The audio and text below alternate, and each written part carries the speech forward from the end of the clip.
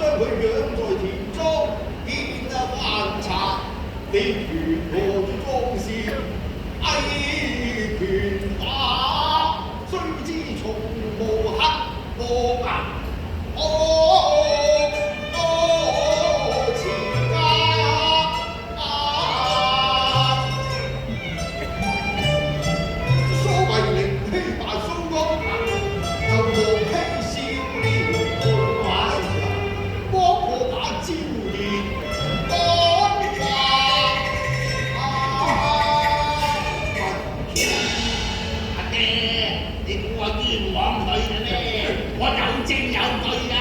證據，你擰轉頭睇下，檐下有殘燈，當頭有紅日啊！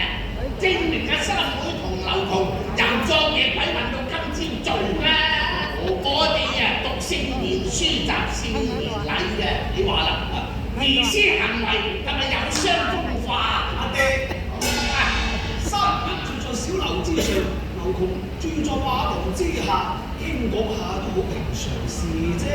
點可以話佢無端攀接隔牆花呢？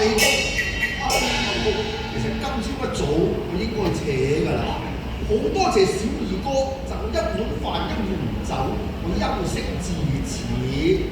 但係我現在有個不情之請，我唔單止唔想扯，想長住落去。不打唔知啦，因為燒屎無家，但係龍玉何時可以下嫁啫？係嘅，點啊？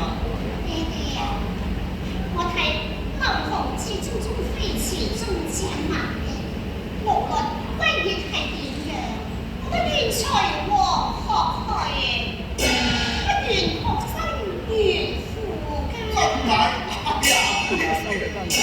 你聽到啦嘛？